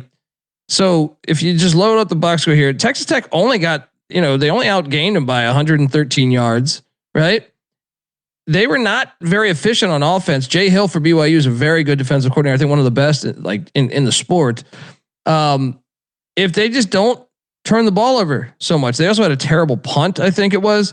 So I think you take the points. I'm curious what the Texas Tech crowd situation is. That's another thing. You guys remember last year? And this year's a little bit different, but last year Arizona State and Iowa State played here. So obviously they were both far away from Arlington, Texas. No one went to this game. Yeah. Because Arizona State fans were thinking, wait, why are we going to this when we play Texas save it for the playoff? Yeah. So, but Texas Tech is so close that it's possible that they might just say, hey, we'll drive over there. We'll win our first ever Big 12 championship. But it makes it tricky. BYU fans, they got money. They will show up. I was kind of thinking BYU might have the crowd. I'll take BYU, but I always feel dumb fading Texas Tech and hope they just go on a run here. So I'll take BYU in the points, but I mean, Texas Tech is an ass kicker right now. Kramer, what do you know? I'm going to take the points too. Yeah. It's probably this feels like it should be at least somewhat of a game. I mean, some of what Colby was saying about the previous matchup, yes, but most of the advanced numbers had no problem with the outcome, the likelihood that the outcome would happen again. If anything, they dominated. They did dominate that game. They underperformed their expected points. BYU overperformed their expected points in the first matchup, and it still worked out to be 29-7. So yeah, I mean, and the spread didn't really change. I believe it opened around 12, maybe closed 13.5. But yeah, I'll play Texas Tech. I think us trying to handicap who's going to be in the building, it'll be sanitized, so it won't matter. I do think it's likely BYU has a decent crowd there. There's a shocking amount of Mormons in the area. What I learned doing a little research on that is there's a lot of Mormons in every area. Like what'd you pull up for that? Please share the screen. I'm saying I want to see infrared. Kramer has a Mormon tracking app. There is a large enough population of Mormons per their Mormon registry, or per the reporting on the Mormon registry. They auditing those numbers? That they could fill up a stadium in any major city. That's what I'm saying. BYU. I just want to see the website where it shows the person leaving the state too. It's got all these dots they're where these Mormons are. They got all this extra money because they're not paying taxes. That 10% everyone's kicking back to the university out here, and BYU is going right to the football team. All of that being said, I'm on Texas Tech. I'm not going to overthink the idea that a football coach. Well, first of all, the idea that they would lose to help a conference foe doesn't seem to make the money angle. Sure, but I'm not saying that as the handicap, but it does make sense though. Like the handicap to me is it's just a second. Texas Tech's offense did not do that much against BYU's defense. It was BYU's defense that destroyed them. I'm sorry, Texas Tech's defense that destroyed them. These are still the type of people that want to say that they won the Big 12. And I think, like the money behind this Texas Tech roster, they want to say they won the Big 12. Maybe if even first and foremost, obviously they'd love a national championship, but a team like Texas Tech isn't exactly winning the conference every year. Yeah, I think they win. I just don't know if they cover. I'm not taking BYU. I think there's some style points going on here. Let's lay the points. 9 a.m. Another 9 a.m. kick. We're headed to Bethlehem, Pennsylvania. Let's what the go. fuck? Oh yeah. Villanova, Lehigh. Is this basketball we're talking here? Lehigh laying 4.5. 47.5 is the total. Colby, these are inside. These are not live numbers, but these are real numbers. Oh, okay. These are live. I got. So we have FCS. Football numbers. That is wild. All right. I guess. Yeah. Give us the breakdown. The Lehigh logo is wild. They're Mountain Hawks now, but the Engineers was their. My dad's an engineer from Lehigh. That's they're still the Engineers over on the College Experience. Subscribe. Not recognizing the Mountain Hawks. Is that offensive? Is that offensive to the other? Had that? They changed. How'd that flip over? So I think they were known as just an engineering school, and they wanted to get admissions up. So they're like, hey, we got to call it something else so people think you can come to Lehigh and be something besides an engineer, but still a very big engineering. It's pretty lame. Pretty lame. Really good. Keep it as really good wrestling program historically as well. And really good football program historically as in this year, because they're undefeated. Oh, yes. They are undefeated. And if you haven't got a chance, I'm curious if James Madison goes to hire Kevin Cahill as their next head coach. This is a guy, he took over just a mess at Lehigh. They were terrible. And then, year one, he's 2-9. Year 3, 9-4. They make the FCS playoffs. This year, 12-0. 12-0 are these Engineers, Sean. I know. I know that they've been talking about Bethlehem. Yeah. You know what? You know what did it, Colby, was when they took down those evil Lafayette Leopards and they grabbed the goalposts and walked it down to the river. Now they lost in the playoff, but that set up their undefeated season. Shout out to the Lehigh River there. Oh, and shout out to their star running back, Luke Yoder. May the force be with you, because Luke Yoder. Force is strong with this one. What did he do against Lafayette? 19 rushes, 234 yards, 4 touchdowns. Dog. All right. Villanova. Now I will say rivalry game. Obviously, right close by. They've been playing for like 125 years. So little sneaky there. Villanova got to play last week, which sometimes I think, like the NFL playoffs, sometimes that wild card game, you can ride that momentum. This is where Kramer brings up Villanova Eli did Manning look was good. an average quarterback that won Super Bowls because of the wild card, right? And so it's a rivalry game. I think Lehigh's going to win it, but I'll take Nova in the points. Oh wow, you bastard! No way. Lehigh rolls. Come on.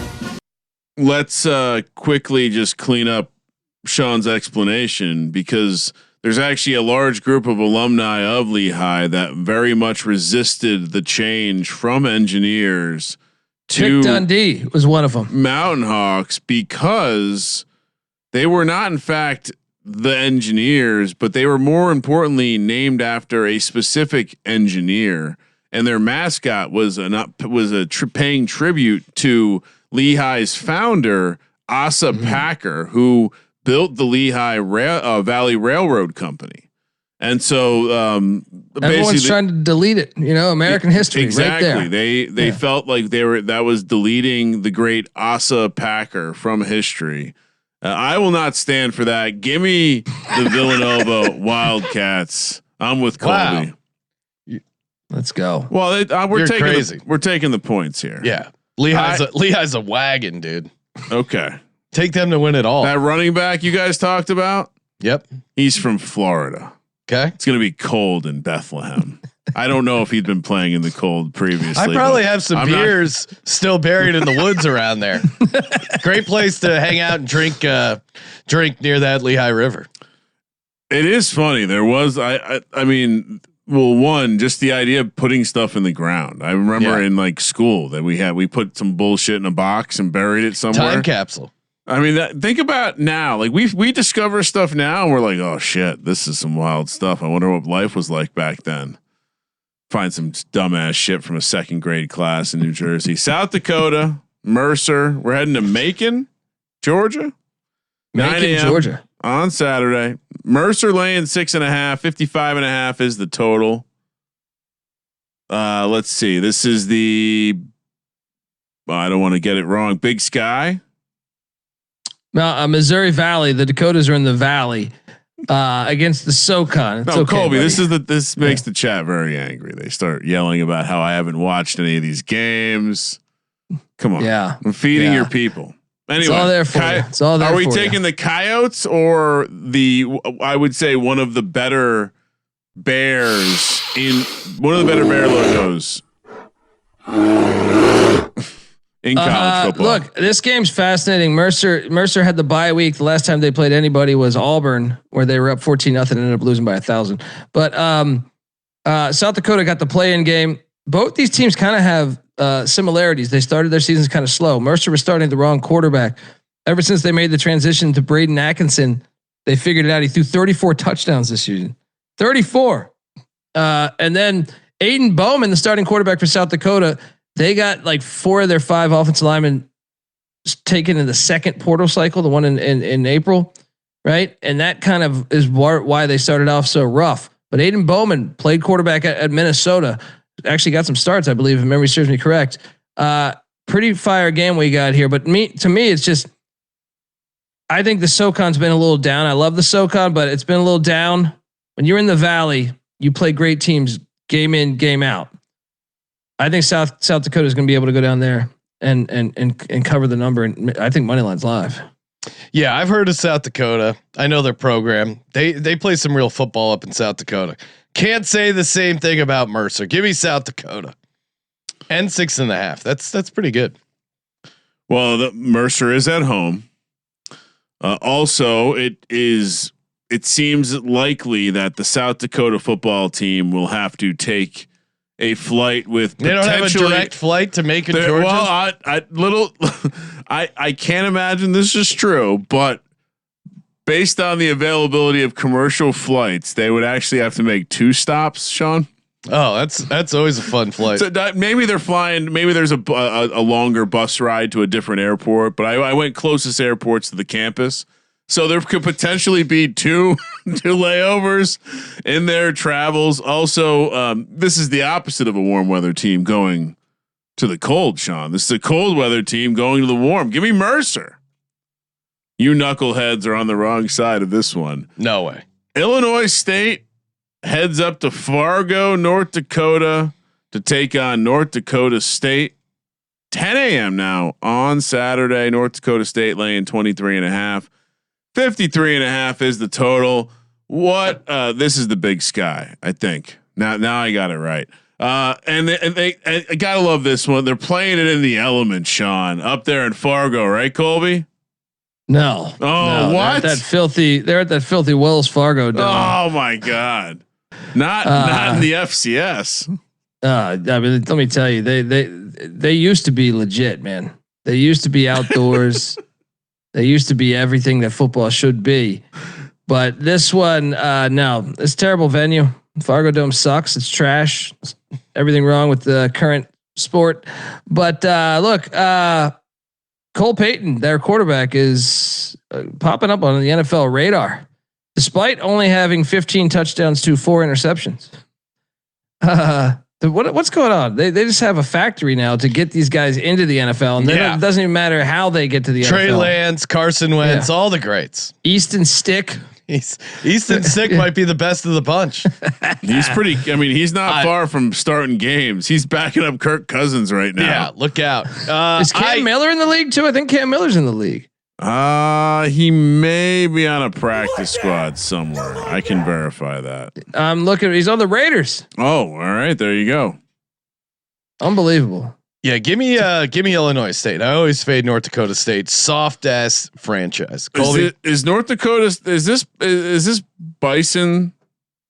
Is he doing some sort of nose beards? Is that what happened here? he's got a Coke booger coming out. Looks like he aggressively picked his head up and something flew out of his nose. I think he was standing up because he's gonna fuck up these little Redbirds. All right, he's standing up to get on that ass. Probably. Right? This is a situation. This is an auto play. Lay the points. I know Sean's anti-Bison. Yeah, More of a Buffalo guy. Abilene Christian, Stephen F. Austin. We're heading to. Wait, did I mess this up? Did I not have North Dakota Tarleton? No, we don't have to talk about that game. Did I skip there it? we go. Oh no, we have both. Oh, No, we don't have Abilene Christian. Oh. Did I accidentally delete it when I was? No. No, there it is. There it is. Jesus. Sorry. They're all out of order. Yeah. Stephen F. Austin, who is a basketball school, laying 4.5 against Abilene Christian, another basketball school. 48.5 is the total. Well, Colby, where is this being played? Nagastocious. I love your not going to work here joke from Office Space though. That's very good. Guys, honestly, if you're going to watch a game, I think this is one you want to circle because it doesn't matter the sport. There's a lot of animosity between these two schools. No love lost. Yeah. This is, in basketball a couple of years ago, remember when Abilene knocked off Shaka Smart and Texas, the game that got him fired from Texas, they had to get through Stephen F. Austin in the conference championship. And that game, man, was I remember there's a big brawl in the crowd. I mean, this is a legit fun rivalry. And they played earlier this year. I think that's part of the angle here is they played earlier this year and Abilene caught them 28-20 back on September 6th. So I think revenge is on the mind here. And I'm on these lumberjacks. Look at that lumberjack. He's gonna cut that Wildcats head off. Let's go. You wouldn't believe it. We have bet splits for this shit. Really, Sean? Yeah. 70% of the tickets and 91% of the action on Stephen F. Austin. It's a popular side. I'm going. Colby, sorry. What did you say? You're taking. I'm on the lumberjacks of Stephen F. Austin. I think they get it done. Sean, Jeremiah Trotter played there. Oh, okay. Never mind. Stephen F. Austin -4.5. Yeah. Jeremiah Trotter played for Stephen F. Austin. The Axeman played for a team whose logo is the lumberjack. How am I just learning this? Maybe that's same with Larry Centers. Same with the former NFL MVP kicker Mark Mosley. I mean, this is an institution here. Yeah, give me Stephen A. Austin all day. I'm with you. Revenge is a dish best served in the championship game, right? And just so you know, verified via internet AI sources, the Axe celebration was 100% paying homage to his collegiate time at Stephen F. Austin. Great nugget. So what are you doing, Ryan? Taking Stephen F. Austin. Okay. Going with the 91% of people or handle on the game. We're taking the very popular Stephen F. Austin. 10 a.m. on Saturday. We're in Stephenville, Texas for another game you're probably not going to watch. North Dakota, Tarleton. Really know how to get people hyped for this one. Tarleton laying 6.5, 59.5 is the total. Colby. This is where the rubber meets the road, gentlemen. All right. Tarleton has made it known they're trying to get to the FBS. A lot of people say that they're going to be the next CUSA school. They spent a lot of money on their stadium, their roster, just everything really. And that they beat Army at Army this year in overtime back in like week 2 or 3. They're 11-1. And North Dakota, the Fighting Sioux, they've been all over the place. Almost knocked off K-State at K-State, but they're 8-5. They lose to North Dakota State by 5. They're kind of battle tested. They've been in this Missouri Valley, where I speak of as is the best conference, them in the Big Sky in the FCS. So it's intriguing. You got your money roster against like just a really good school. And if you're Tarleton, you haven't played teams like this week in, week out. So it's tricky. I think taking the points is the side, because Tarleton hasn't really been in a spot like this. So give me the Fighting Sioux. Curious how this goes, because Tarleton did pay the fuck up for their roster. Colby just blasting right through it, and a clear and obvious name change from 2012. Really? They went from the Fighting Sioux to the Fighting Hawks. Okay. Colby just Never happened on a college experience. We like to honor Native Americans, not destroy them. I'm with Colby. Those big boys up north, they play some football. North Dakota is battle tested. I don't know about Tarleton State, but North Dakota is going to make this a game. Wait, give me the Fighting Sioux plus 6.5. What did I say was so great about when we covered the FCS back when you guys had a heart and a soul? And COVID. Yeah, the FCS quarterback names are the best. You don't fade Jerry Kaminsky and the Fighting Sioux. All right. No, come on. Give me Tarleton State. Oh wow! And for the record, Kramer always the FCS contrarian. And for the record, I never got COVID. Prairie View heads to Jackson State, laying 7.5. Beautiful Jackson, Mississippi. 11 a.m. So what are these Jaguars on Jaguars? Kick on the left coast. I mean, Colby, what are we doing here? They do have Jags there. Panthers, Tigers. Yeah, well, you got both wrong, so that was good. Now we're gonna get some 3-star reviews. 53.5 is the total. Colby, So the winner on plays the SWAC championship here. Awesome, just fantastic. You want to see a fucking show, right? First off, Jackson State, great fan base. This place will be packed. Probably why Lane Kiffin was bitching at Ole Miss fans for not showing up for the Washington State game. Probably because they're all in Jackson, Mississippi, watching Jackson State and TC Taylor kill it. This will be lit. The winner goes to the Celebration Bowl, take on South Carolina State. It's a Black National Championship, and that's what it's called. No, I know. I'm just saying. Yeah, it's, they allow black people to play in the regular national championship too, though, right? I believe so. I believe that that's actually. I guess it's because it's a historic HBC's battle, right? Yeah. But Tremaine Jackson comes into Prairie View from Valdosta State, man. There's another guy from Division Valdosta 2 State. Valdosta State. We love. There's another guy from Valdosta State that is very famous. We even have T-shirts on him. Swing your fucking sword, guys. Oh yeah. Prairie View, year 1, he gets them to the SWAC championship. Now this is a home game for Jackson State on campus, which, like I said, we lit. The bands it'll be fantastic. They're catching 8.5, 7. I think. Okay, yeah, I think you can get an 8.5 out there, but still, he's changing I the think, number. I think Prairie View. I think Prairie View can stay within this number, man. Okay, they didn't play in the regular season. I think I think they're going to stay within this number. I think the money line's live. To tell you the truth, man. No way. Live. Jackson State, better team, dominant performance. They see what they have in front of them. They're gonna light it up. Better team, better program. Drumline, underrated movie. Okay. Give me Prairie View. Prairie View and the 7.5. Colby's my SWAC specialist, so I'm not going to fade him. All right, hey, let's put together a quick Underdog entry. Of course, you can play your own pick'em, college football, college basketball. They got it all. UnderdogFantasy.com, promo code SGPN. Play $5, get $100 in bonus funds. Colby, anything you like here for college football this weekend?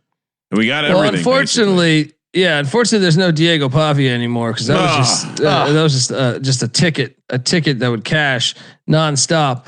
But let's go. This is an interesting week because I think you're trying to find the games that actually have the value as far as like I know we haven't done Georgia Bama yet or the Ohio State thing, but I'm gonna go to that Duke Virginia game that I will be at. Let's go to Cooper Barkett. All right. He half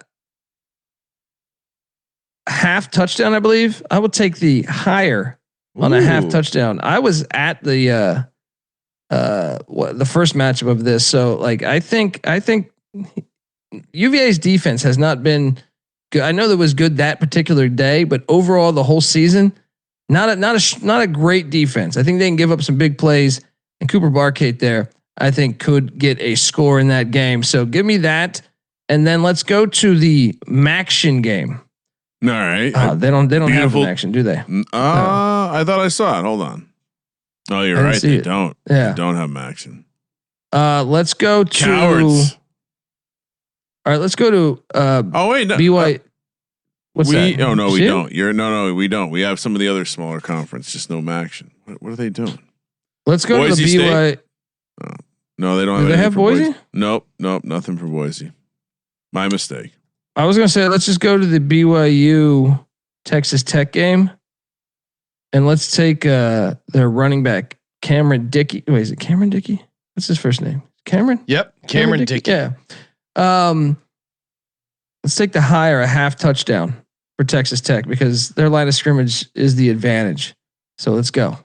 All right, Cameron Dickey higher half rushing receiving touchdown, and our boy Cooper Barkett half rushing receiving touchdown. Let's do it. To put that over on Underdog Fantasy, promo code SGPN. And we're also brought to you by Rhythm, awesome time to hop in over on the Rhythm app. And of course, use that promo code SGPN25. Get you 25% off when you sign up with Rhythm. Highly recommend Rhythm. They got plays for everything. They've been killing it, especially good, on college props, college basketball. They've been doing great. Shout out to TCE. Good, fire up the Rhythm app, watch some TCE shows, and of course, you can run your own predictions, your own model. But college football, they got it all. I'll tell you this one. You don't think they got FCS totals? Oh, they got FCS totals. They love the under 56.5 South Dakota at Mercer. That's right. South Dakota at Mercer under 56.5, courtesy of Rhythm's model. You don't like that play? Well, go in and build your own model. Free to get started or 25% off premium. Promo code SGPN25. That is the Rhythm app. Promo code SGPN25. All right. Good job, everyone, keeping it together as we plow through these games that I assume you have to have the special package to get. South Dakota State catching 1.5 against Montana. Beautiful Missoula, Montana. 55.5 is the total. I'm sure Sean will be letting us know what the elevation is up in Missoula for a little. Just a fabulous game, which, by the way, not really a high. It's 3209, so it never really gets on my radar as a high elevation game. So under 4,000. Yeah, it doesn't move the needle. Okay. The weather is suggestive of snow, as we have the game time temperature should be in the low 30s, and we have the only. Well, I don't know this to be true, but we have a great mascot in the Jackrabbits. I was just out in the Mojave Desert, did a little off-roading, saw a jackrabbit in the wild. Their ears really are fucking enormous. I would love for someone to explain to me the evolutionary benefit of growing ears so big that the predators can see them. And they're taking out. You hear them fucking 10 miles away, dude. They can be a little smaller. They're very large. I mean, the brain has to be smaller than the eardrum in the jackrabbit. Montana. Well, whatever they've been doing, it's been working. They're still around. So there's a lot of creatures that didn't make it. True. That's this true. Far into the tournament. Rabbits are known for their sexual prowess. 55.5 is the total. Montana's laying 1.5. Why? Don't people still say fuck like a rabbit? Yeah. More questions than answer. We will have one of our will be animals' sexual prowess. Oh, that's Top true. Yeah.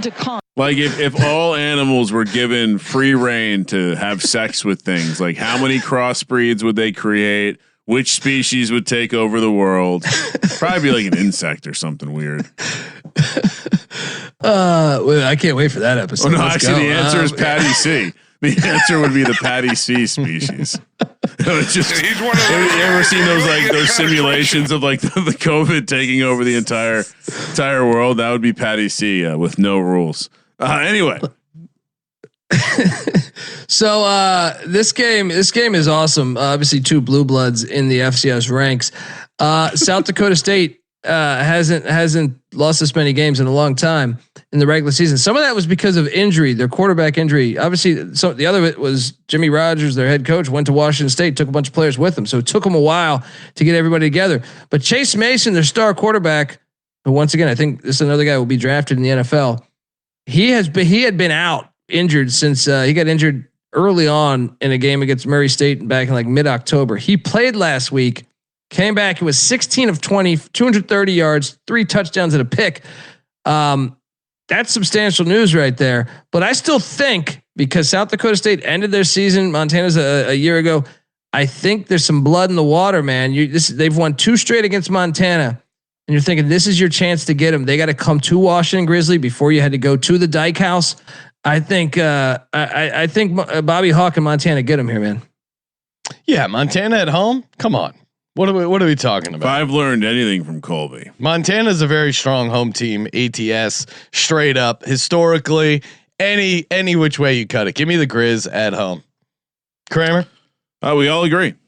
And by the way, if you ever do come across a grizzly bear, pray someone around you is play slow. dead. No. Yeah. Just pray that there's someone slower around you. Georgia. Or push them down. There is an amazing video. And I was actually thinking, Colby, like some of more questions than answers will just be like us live streaming, us watching cool animal videos. Dude, did you see that one recently where a bear just walks into a diner where everyone's sitting there eating? Bears are so smart. But opens up the door to a diner. Dude's sitting there eating eggs, and it's like he has no idea because his back is to the door. That the bear is right there. It jumps up, goes on to the other side of the fucking. I mean, there's 2 types of bear videos. There's bear videos where Russian is being spoken. Yeah, and there's all other bear videos. Well, they're like buddies with the Russians, and they're drinking vodka, and they box each other. It's really cool. I mean, there's evidence that bears can learn language. So who knows? Maybe they know a little Russian. What I was going to say is there's an amazing video of a grizzly bear chasing a black bear from a hunter, like across a ravine. My God, if a grizzly bear wanted to fuck you up, you have 0 chance. I can hear it. I think what? I think Coach Leach was talking about their 40 time on an episode with us, right? Wasn't he? We were talking about animals, and I could have swore he said grizzly bears clock well in their 40 times. So yeah, so probably just as quick. Like, yeah, if that's another great conversation. Like, where do you put the grizzly bear on the NFL or on the football field? What position? Probably. I mean, he's Myles Garrett, right? A grizzly bear is a D end. I was going to say it's Larry Allen. Remember that video of Larry Allen tracking down somebody, right? I think I would put the grizzly bear and or the polar bear probably at the defensive end position. Killer instinct. Wouldn't put the bulldog at the defensive end. That's for sure. Maybe like a practice squad fullback. Georgia lays 2.5 in the SEC championship as they're taking on Alabama. Colby must have been tired because he put Tuscaloosa in the sheet. He was. I won't hold it against him. We're going to that beautiful, beautiful hot box in Atlanta, Georgia. Georgia laying 2.5 plus minus 170 on the money line, plus 150 for Bama. 48 is the total. I have a nice ticket on Georgia to win the SEC from before the year, plus 300. Dog. That's gonna so cash, you're hedging here. I don't plan on hedging. Colby's hilarious. He keeps reminding people he picked Alabama to win it all, and then keeps picking against them every week. Now I just don't think they're that good this year, man. Like I don't appreciate you using this skinny bulldog. This is bullshit.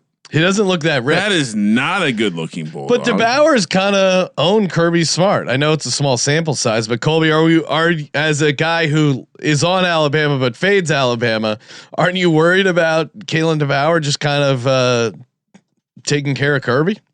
Well, in general, he's been amazing against top 25 teams. Dan Lanning, he's had great success with. But here's the thing to me is this. I don't know when.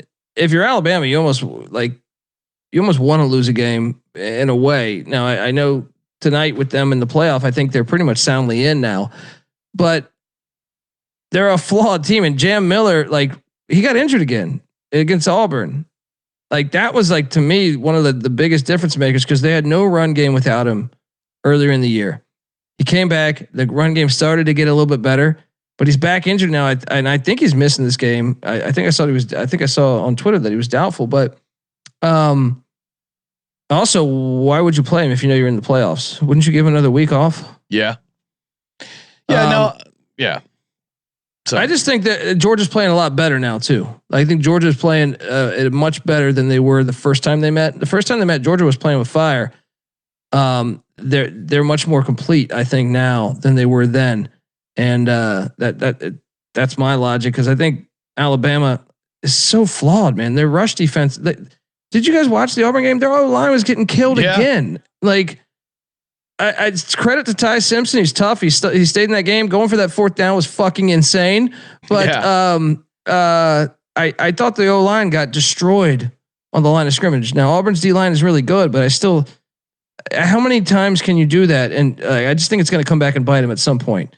There's two glaring weaknesses with this Alabama team. It's going to cost them at some point. Yeah, I don't think it's here though. Give me Alabama and a couple points.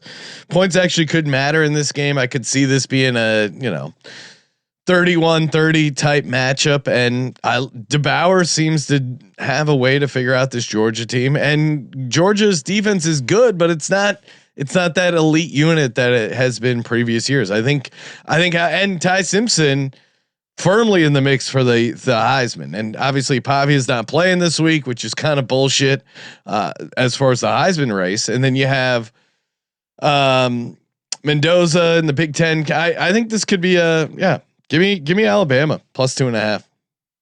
Little Heisman run. Since 2014, the SEC championship has been won by only 3 schools, Sean. Yeah. Alabama, Georgia, and which university? You can do this. Alabama, Georgia. Would you like to phone a friend? Colby's here. Colby. Let's see. If it's since what year? Since 2014, Alabama has won 8? No, 7. Georgia's won 3, and this university has 1 SEC championship game victory. They went on to win the national championship that year. The quarterback of that team recently returned to his NFL team after being injured. Oh, these are great clues. I don't know. The head coach was fired only a couple years later and went on to gain notoriety LSU, for running shirtless on the beach. LSU, yes.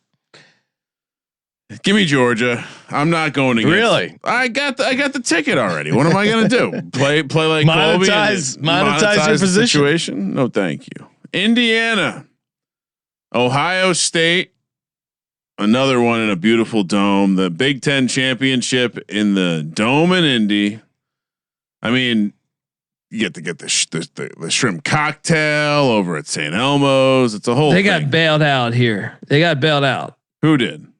The Big Ten, because remember, like they had a terrible attendance last year, but getting Indiana in their first, they've never. Oh yeah, come on. They got bailed out because no one was going to. Ohio State fans, why go to this?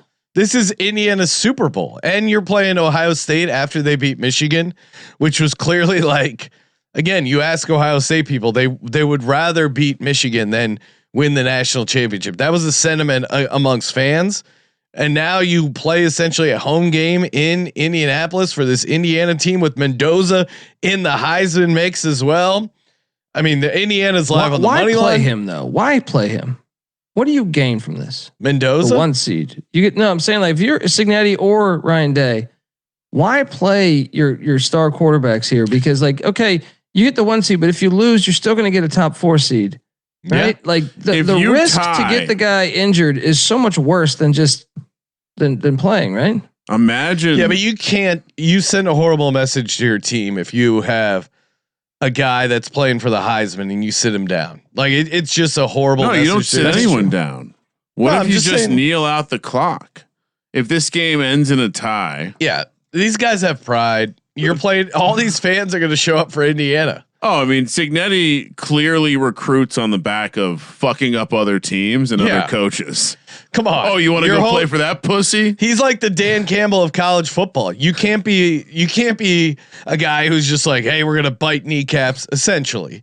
Also, this is being played like whatever. Their whole thing is they go 100% every game. You can't be like, all right, well, this might not situationally. We're gonna play like an NBA team and tank this game. But Ohio State, especially after that Michigan win, has very little to play for in my mind. Like they don't give a fuck about winning a Big Ten championship. They care about natties and beating Michigan. I don't know. Does Ryan Day care about winning another Big Ten championship?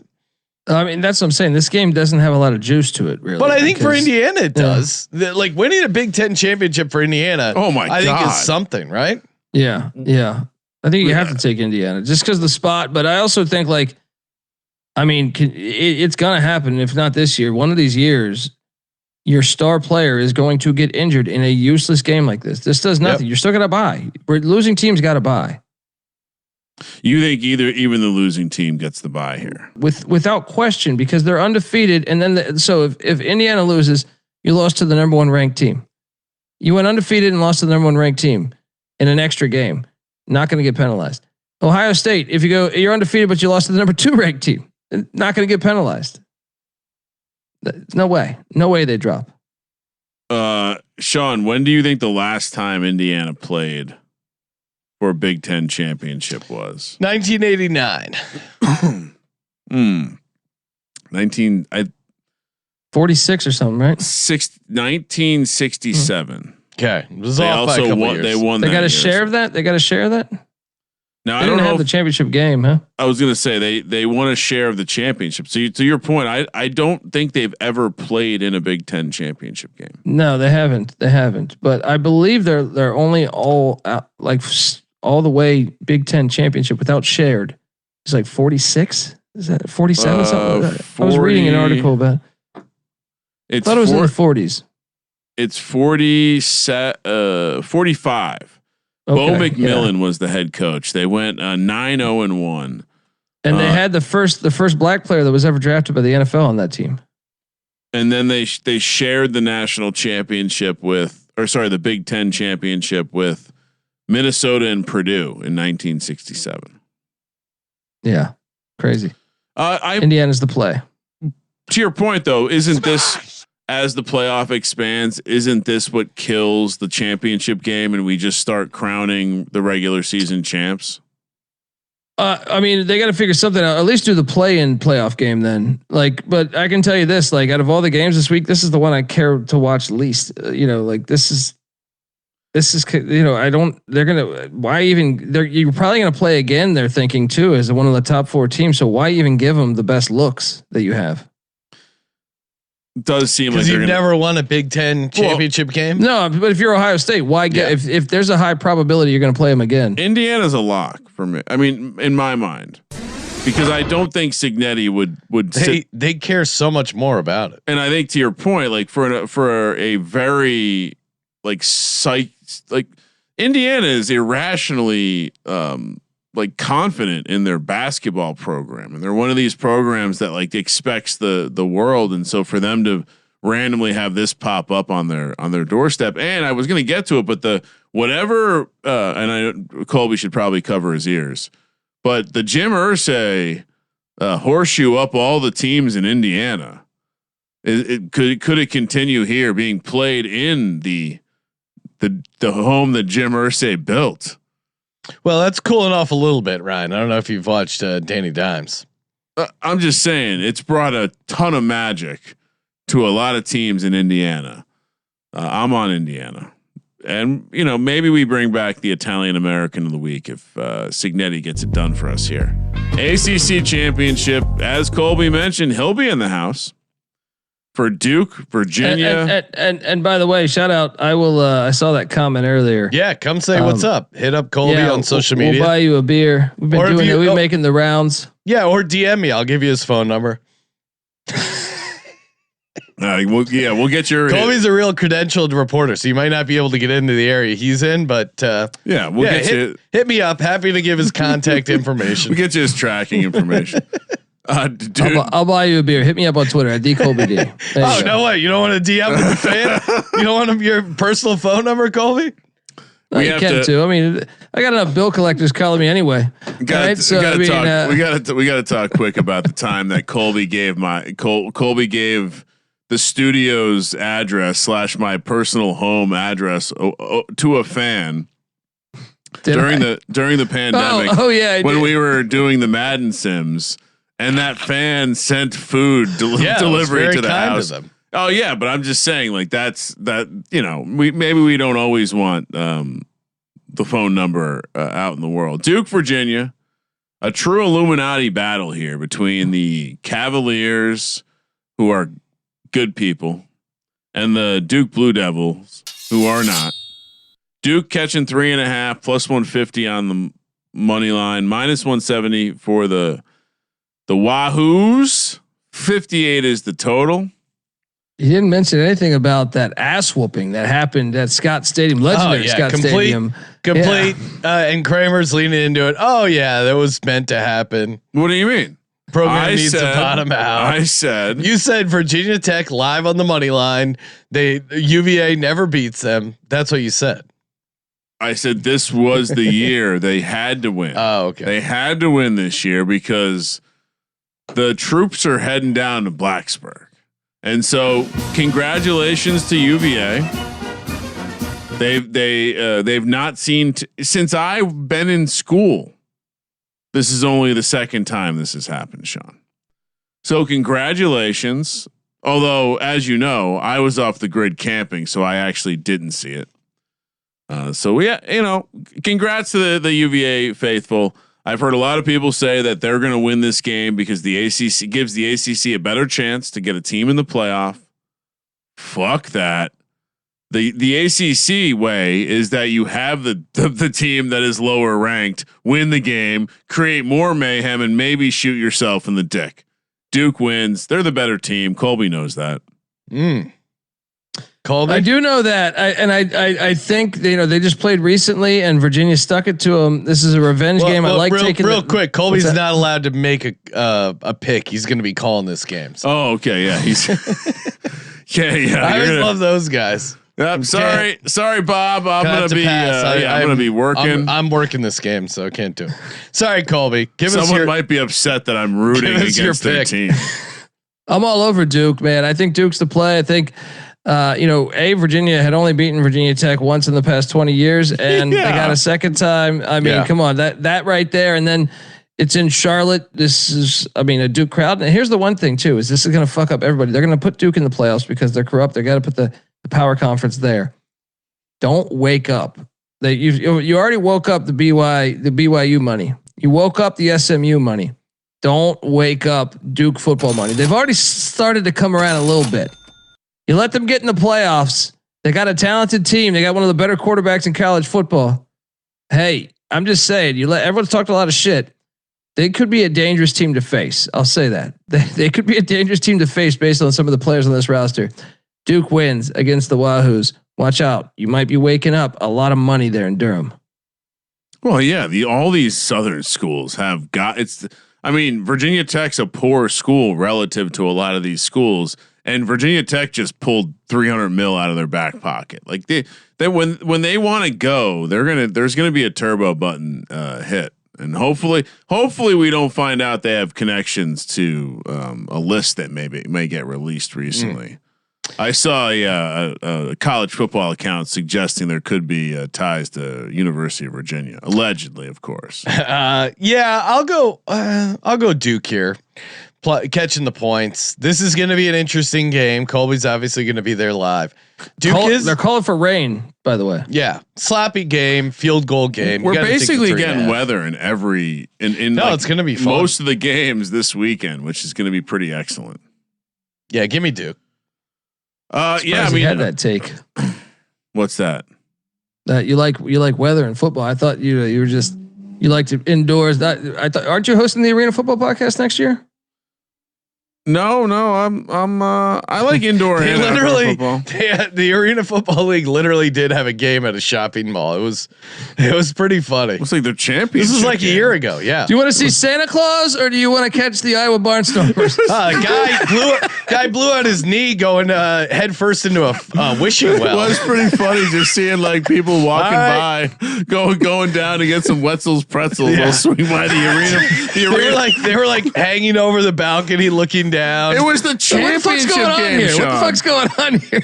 We expect a large attendance here as soon as they're done over at the Orange Julius. Imagine you're like a mom with 2 young children taking them to the mall to deal with some bullshit. That's a disaster. That's a disaster. You get blasted by a linebacker going over the wall. I mean, that's good stuff. For some reason, the last game here on Saturday at 7 p.m. on the West Coast is a game between Rhode Island and UC Davis. Davis is laying 6.5, 55.5 is the total. That's a long road trip for Rhode Island. Oh, yeah. Davis is the play. Tim Plow. He's gonna plow right through these Rams. That's too far of a road trip. Davis in the Big Sky Conference, which is much better than the CAA. Rhode Island struggled with Central Connecticut State last week, kind of a rivalry game. They got out of it, but going cross country, Davis is the play. It also alarmed me that I forgot to give you guys we don't have a slide. Yale, Montana State. Yeah, Yale with the greatest comeback, Frank Wright style last week against Youngstown State at the Icebox. Montana State. Yeah. Montana State's going to smash them there. But what are you guys doing with this Davis game? Yeah, Davis or pass for me, but I'll go UC Davis and the Aggies. Gig 'em all over the place with their slides. Kramer, you have ties to the Rhode Island outfit. No, thank you. I assume you want to take Rhode Island here. Absolutely not. That's a basketball school. Give me UC Davis. Kramer, I sent you a video from the Arena Bowl championship in the mall. We have to watch just a little bit of this. I mean, pretty wild to think that the big venue. Oh, what is this? All right. Oh my God, it looks so unsafe. Here, let me get this bigger. Jump around because you might. Hopefully, they have some wide shots of. Yeah. I'll let me just get it on the screen first. Oops. yeah. Right, here we go. This is the Arena Bowl championship in a shopping mall. Yeah, this doesn't look like it's overly long. That's SoFi. I mean, look at the suites on the second level. It's Albany and Billings, Colby. Come on.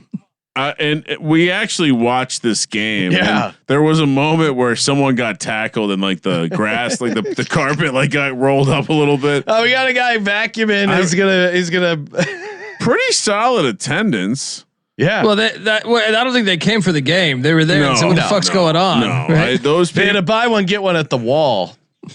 Like these guys up here, these are dudes who went to the mall with their family and are like, okay, I'll hang out over here for a little bit. I'll watch a little. I mean, hey, if your wife or kids are dragging you to a mall and there's a football game, it could be worse. Yeah, here's the plan. You got me there. I will say, that is more appealing than shopping. Send the wife some Apple Cash and say, "Honey, I'm dealing with some stomach issues." This is the slam ball league game. This is the slam ball of football. Yes. Is that fair? That's fair, right? I thought when the first attempt at the Arena League was actually like going to a couple games. It was fairly electric. Did you go to an LA Kiss game? What? I feel like I went to a game with Sean. We sat maybe even in a suite. It wasn't Kiss, but it was the LA Arena team. There was a guy named the Avengers. LA Avengers sounds correct. There was I went to an LA Kiss game. Of course you did, because it happened first. It was older. I think the Avengers were first. Oh, I think Quimby was the quarterback because he kept making fun of his name. No. Oh wow, this is great. Oh, you're right, Colby. That was 2013 to 2016. So this is the Los Angeles Avengers, and the quarterback's name was Sony Cumbie. Yep. And it was Cumbie, and we kept making fun of him the entire time. Right out of college. He's the head coach at Louisiana Tech. Sony He's a Cumbie? Mike Leach guy. He's a Mike Leach quarterback too. You have to know when to come. That was the whole Arena League was just air raid guys. I feel like. Wow. The reason why I went come full circle is Gene Simmons owned the LA Kiss, right? Yes. And he would do, and I bartended downtown, and they had a great happy hour. So if you pay like $10 for a ticket, you would get like with the ticket, you'd get like 4 beers and like it was just so you would just go just because it was like, man, you get, I think it was 4, it was like something crazy. It was like 2 margaritas, 2 beers for a $10 ticket. And you're like, okay, I mean, well, let's go, let's stop by there. Todd Maranovich was the quarterback, and he was 40 at the time. It was fantastic. Legend. You know who was a badass Arena League and other indoor football league star? Former Virginia Tech quarterback Brian Randall. I feel like he won like an Arena League MVP or something like that. All right. Any other Arena League? Any other mall football? No. All right. Let's go. Colby, 3 locks, a dog, and a tease. What do you got? We will lock up. Let's go with. Let's go. I think Western Michigan's going to win. I'm going to lay the 1.5 as one of the locks there. Okay. Against Miami, Ohio with the 3rd string quarterback. I will also lock up Boise State -4 against UNLV. Okay. And the 3rd lock, let's go with. They're probably going to be my dog. Let's go with Prairie View +7.5. Okay. I knew it was coming at some point. The dog is what can I get my clientele the most value on? I'm on a lot of favorites, huh? No, let's go Duke Blue Devils money line. That's the play. Don't overthink it. Don't overthink it. And a tease. Tease, we're going to take BYU up to 18.5. Okay. We will take Boise to +2. Tease through 0.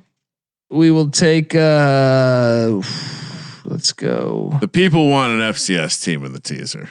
They usually don't allow you to tease FCS, but I will allow Colby to tease FCS. No, let's go Indiana +10. Okay. Well, that's a fairly intelligent tease. All right. For me, give me, let's see. Well, lock number 1, obviously the Engineers of Lehigh. Lock it up. Fuck Villanova. Lock number 2, Indiana. Be a shame if I jinx this Indiana team by taking them +4. Would hate to see that. Next up. Ooh, this is I was told I forgot. I was told that if you tried to take Indiana, I was supposed to stop. No, good luck. Another lock. All right, I tried. Montana at home in Mizzou, laying the 1.5. My dog.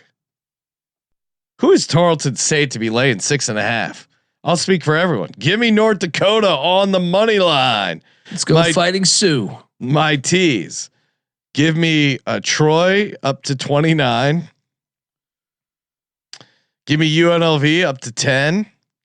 And give me UC Davis as a -0.5. Kramer? Quote, tell Sean, don't fucking pick Hoosiers. Not allowed. If he does, tell him no. I guess I tried. Yeah, you did. Lock number 1. I'm with Colby. Crazy. This UNLV thing is crazy. Give me Boise on the Smurf turf. Lock number 2. Don't worry. I'll stick to games that you're actually going to watch this weekend. I almost Montana -1.5. I guess that's kind of a lie. Oh, you stole my Montana lock? I like the Montana. of all, I thought that was my cool pick, and you had to steal. Well, you don't fade Montana in Missoula. That's something Colby has taught us. Yeah, come on. Lock number 3, Duke +3.5. This is going to be a close game. Dog Indiana, very easy. Tease. I think we're going to take Mercer down to a -0.5. No, I'm just kidding. I'll stick to the games you can actually tease too. Texas Tech -6.5. Tulane 8.5. JMU -17. There you go. A lot of key numbers there. Any parlays interest anyone? On Friday, well, let's focus on the Friday slate. Sean will be paper ticket hunting. Okay. Tulane, UNLV, both on the money line. Tulane, Troy money line. I was thinking that's fun. I was thinking Jacksonville State, Tulane money line parlay. Colby's not on that one though. Oh. Well, we have differences in all the games except Tulane, right? Yeah, me and Colby are gonna just do Boise State, Tulane. I might just make it a mega bet on Boise State that night.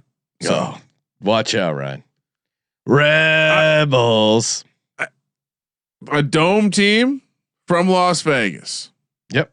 In Boise, Idaho. You didn't even bring up the elevation because it wasn't convenient for your handicap. What about keep it simple? Indiana Duke money line parlay.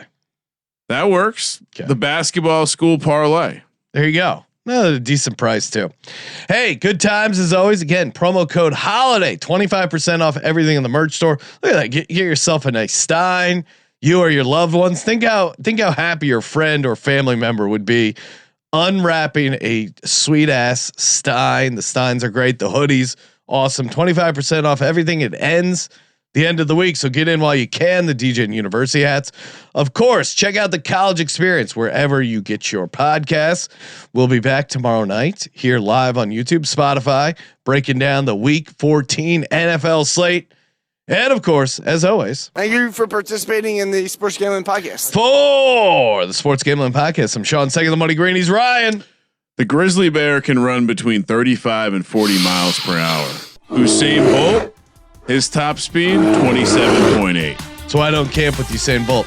Kramer, let it ride. I want better fucking execution.